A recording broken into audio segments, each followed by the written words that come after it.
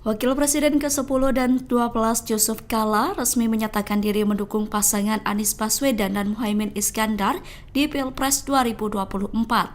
Kabar itu disampaikan oleh juru bicara Yusuf Kala, Husain Abdullah, dalam keterangannya Selasa 19 Desember 2023. Husain mengatakan dukungan tersebut disampaikan JK saat melakukan kunjungan kerja di Makassar, Sulawesi Selatan. Menurut Husain, dukungan itu diberikan karena JK merasa punya tanggung jawab moral agar rakyat tidak salah dalam memilih pemimpin. JK menyampaikan secara terbuka jika dirinya memilih Anies Baswedan dan Muhaimin Iskandar. Husain menyebut selama ini JK selalu menyampaikan netralitas, namun sebagai warga negara, JK memiliki hak dalam pilihan politik. Dukungan JK untuk Anies diberikan berdasarkan track record. JK berkeyakinan jika Anies adalah sosok yang tepat untuk memimpin Indonesia ke depan. Sementara itu sebelumnya, JK juga sempat digoda oleh Ganjar Pranowo. Namun saat itu JK menolak dengan alasan dirinya harus bersikap netral karena menjabat sebagai Ketua Palang Merah Indonesia.